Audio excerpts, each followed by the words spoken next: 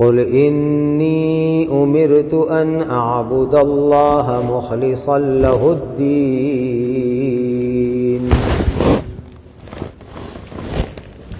یہ سورہ زمر کی آیت نمبر 11 ہے۔ اللہ تعالیٰ کے پاک ارشاد کا خلاصہ ہے، اے نبی تم کہو کہ مجھ کو تو یہ حکم ہوا ہے کہ میں اسی اللہ تعالیٰ کی عبادت کروں کہ خالص بندگی انہی اللہ کے واسطے ہو، یعنی اس کے اندر بالکل شرک نہ ہو۔ یہاں سے چند آیتیں ہیں جس میں نبی کریم صلی اللہ علیہ وسلم کی تبلیغ کا مضمون ہے۔ حضور صلی اللہ علیہ وسلم کیسے کیسے اندازے سے لوگوں کو توحید کی تعلیم دیا کرتے تھے۔ وَأُمِرْتُ لِأَنْ أَكُونَ أَوَّلَ الْمُسْلِمِينَ، اور مجھے یہ بھی حکم ہوا ہے کہ میں سب سے پہلا مسلمان بن کر کے رہوں، یعنی احکام کو قبول کرنے میں نبی اول ہوتے ہیں۔ جس چیز کی دعوت دیوے اس پر نبی خود پہلے عمل کرتے ہیں۔ قل انی اخاف ان عصیت ربی عذاب یوم عظیم، ان سے یہ بھی تم کہہ دو اگر جو میں اپنے رب کی نافرمانی کروں تو میں ایک بڑے دن کے عذاب سے ڈرتا ہوں۔ قل اللہ اعبد مخلصا لہ دینی، تم کہو کہ میں اللہ تعالی ہی کی عبادت اس طرح کرتا ہوں کہ اپنی عبادت خالص اسی کے لیے ہو۔ فاعبدوا ما شئتم من دونہ قل ان الخاسرین الذین خسروا انفسهم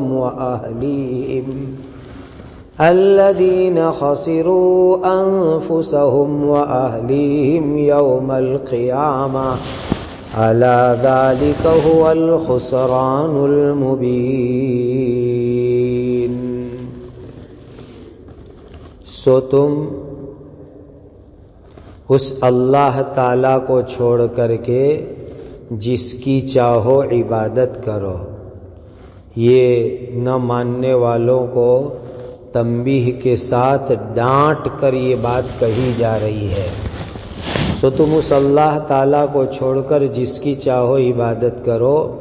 تم کہہ دو کہ یقینی بات ہے کہ قیامت کے دن وہی لوگ نقصان میں ہوں گے جن لوگوں نے اپنی جانوں کو اور اپنے گھر والوں کو نقصان میں ڈال دیا۔ سن لو یہی کھلم کھلا نقصان ہے۔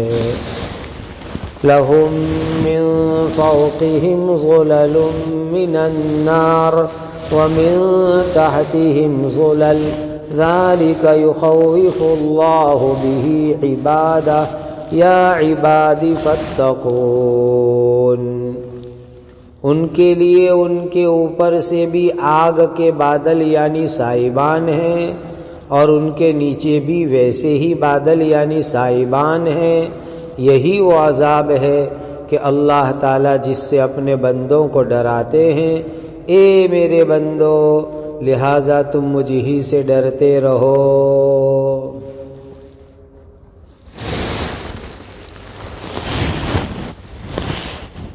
یہ ہو گئی چند آیتیں اس سورت کی جس کے اندر توحید کی زبردست دعوت نبی کریم صلی اللہ علیہ وسلم کے ذریعے سے دلوائی گئی۔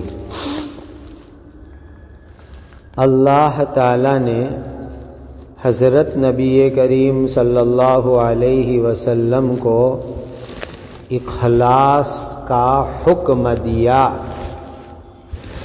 بالفرض والمحال۔ اگر نبی سے عبادت میں اخلاص چھوٹ جاوے تو اللہ کے یہاں نبی کی بھی پکڑ ہو سکتی ہے، لیکن یاد رکھو کہ نبی ہمیشہ ہر عبادت اللہ ہی کے لیے کرتے ہیں۔ سب سے پہلی بات، دو دنیا ہیں، ایک عالم شہادت، دوسرا عالم غیب۔ عالم شہادت یعنی جو دنیا ابھی ہم کو نظر آ رہی ہے وہ عالم شہادت ہے، دکھائی دینے والی دنیا۔ دوسرا ہے عالم غیب یعنی چھپی ہوئی دنیا۔ جو دنیا ہم کو دکھائی دے رہی ہے، اس جگت میں، اس دنیا میں، اس امت میں سب سے پہلے ایمان، سب سے پہلا اسلام نبی کریم صلی اللہ علیہ وسلم کا ہے۔ تو یہ جو جگت، یہ جو دنیا ہم کو دکھائی دے رہی ہے، اس دکھائی دینے والی دنیا میں سب سے پہلے مسلمان اس امت میں، آخری امت میں حضرت نبی کریم صلی اللہ علیہ وسلم ہے۔ اور جو دنیا غیب کی ہے، عالم غیب ہے، جو دنیا ہم کو نظر نہیں آتی ہے، اس میں تمام لوگوں، تمام نبیوں، اولین آخرین کے اعتبار سے اللہ تعالی کے سب سے پہلے مسلمان، فرمانبردار، ایمان والے بندے حضرت محمد الرسول اللہ صلی اللہ علیہ وسلم ہے۔ تو دکھائی دینے والی دنیا میں، اس آخری امت میں سب سے پہلے مسلمان حضرت محمد صلی اللہ علیہ وسلم۔ اور جو دنیا ہم کو دکھائی نہیں دیتی ہے، اس غیبی دنیا کے اندر تمام انسانوں میں، تمام جناتوں میں، تمام مخلوق میں سب سے پہلے اللہ کے فرما بردار بندے، مسلمان بندے، وہ حضرت محمد الرسول اللہ صلی اللہ علیہ وسلم ہے۔ پھر لوگوں کو نبی کریم صلی اللہ علیہ وسلم کو حکم دیا گیا کہ لوگوں کو اسلام کی دعوت دو، اور لوگوں کو اسلام کی دعوت دینا یہ اسی وقت پر ہو سکتا ہے جب نبی کریم صلی اللہ علیہ وسلم سب سے پہلے اسلام لائے۔ گویا کہ جس اسلام اور ایمان کی حضور لوگوں کو دعوت دے رہے ہیں، وہ اسلام اور ایمان سب سے پہلے حضرت نبی کریم صلی اللہ علیہ وسلم نے قبول کیا ہے۔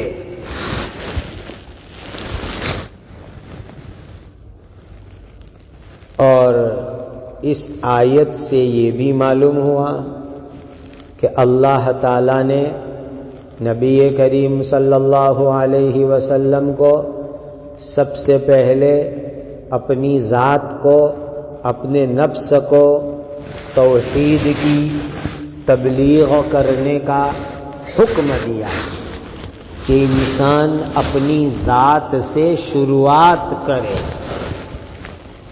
کتنی بڑی پیاری بات ہے اب آیت میں دھیان سے دیکھیں گے تو 2 مرتبہ 2 آیت میں لفظ امرت آیا.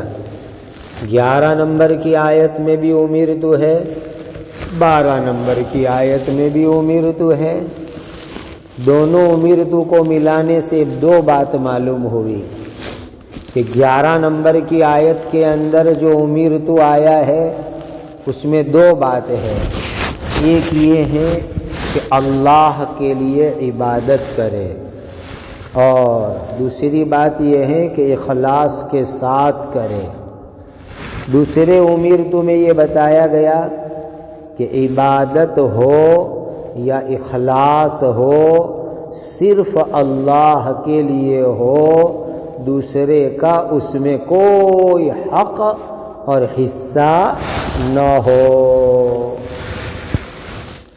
سبحان اللہ.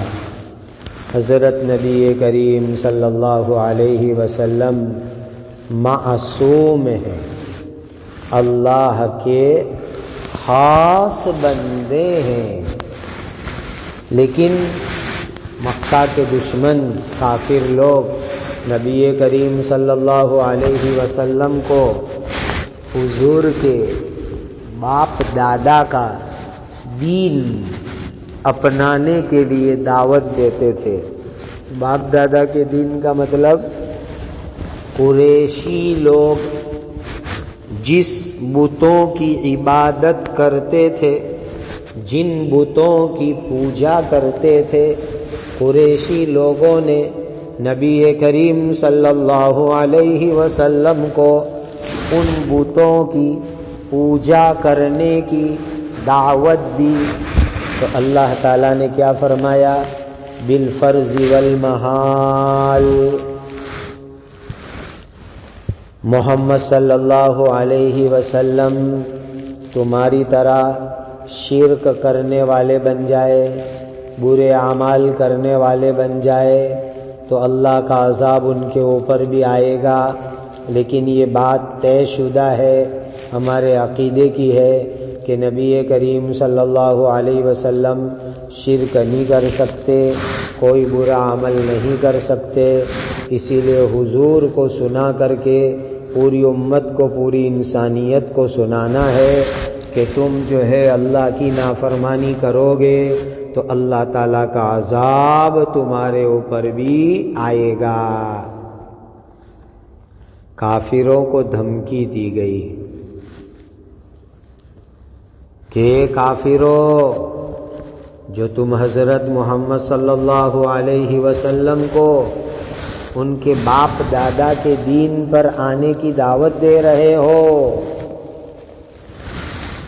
بت پرستی کی دعوت دے رہے ہو، تو تمہاری امیدیں چھوڑ دو. محمد صلی اللہ علیہ وسلم کبھی بھی بت پرستی نہیں کر سکتے. محمد صلی اللہ علیہ وسلم کبھی بھی اللہ کی عبادت چھوڑ نہیں سکتے. اگر تم نے محمد صلی اللہ علیہ وسلم کو غلط بات کی دعوت دی تو تمہاری محنت بیکار جائے گی، اور محمد صلی اللہ علیہ وسلم تو ایک اللہ ہی کی عبادت کریں گے. لیکن تمہارا بڑا نقصان ہو جائے گا، تم لوگ نقصان میں پڑ جاؤ گے، تم کو اللہ کا عذاب ہوگا، تمہارے گھر والوں کو اللہ کا عذاب ہوگا، جہنم کی بھڑکتی ہوئی آگ کے اندر تم کو ڈالا جائے گا. تو گویا کہ نبی کو تم لوگ کبھی بھی صحیح دین سے ہٹا نہیں سکتے، نبی کو کبھی بھی تم غلط راستے پر لے جا نہیں سکتے. لیکن نبی کو تم لوگ پریشان کرتے ہو تو اس پر اللہ تعالیٰ کا عذاب آئے گا. اگر تم نے بت پرستی چالو رکھی، شرک اور کفر چالو رکھا، تو اللہ تعالیٰ کا عذاب آ کر کے تم کو پکڑ لے گا. یاد رکھو، آدمی خود گمراہ ہوئے، اپنے گھر والوں کو گمراہ کرے تو خود گمراہ ہے، گھر والوں کو گمراہ کر رہا ہے تو اس کی وجہ سے وہ جہنمی ہوگا۔ اور اگر انسان گمراہ ہے اور گھر والے جنتی ہے تو یہ بھی انسان کے لیے نقصان ہے۔ تو نقصان کیسے ہو سکتا ہے؟ ایک انسان خود بھی کافر، گھر والوں کو بھی کفر کراوے تو انسان خود بھی جہنم میں گیا، گھر والے بھی جہنم میں گئے اور سب لوگ جہنم میں جا کر نقصان میں پڑ گئے۔ دوسری صورت یہ ہے کہ ایک انسان خود جہنمی ہے، کافر ہے، لیکن گھر والے جنتی ہے، تو گھر والے سب جنت میں چلے گئے اور یہ آدمی جہنم میں گیا۔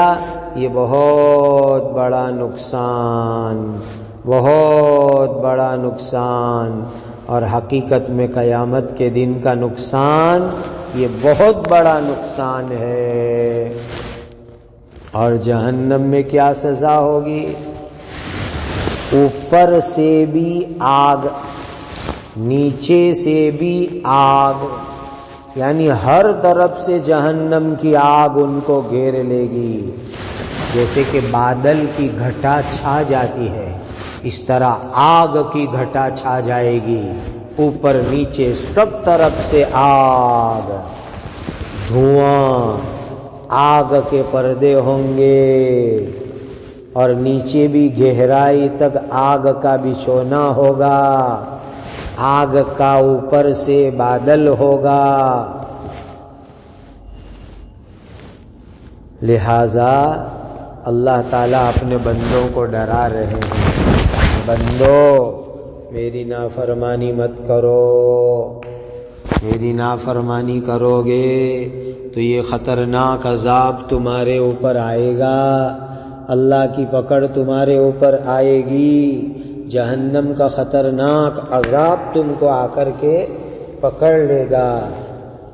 یاد رکھو، انسان کو ایک اللہ کی عبادت پورے دھیان کے ساتھ کرنی ہے، لیکن ہر وقت ہر انسان کو اللہ کا دھیان رہے یہ تو بہت مشکل ہے کہ ہر انسان کو ہر وقت اللہ کا دھیان رہے، یہ تو بہت مشکل ہے۔ کم سے کم اتنا تو کرو کہ نماز میں اللہ کا پورا دھیان حاصل کر لو۔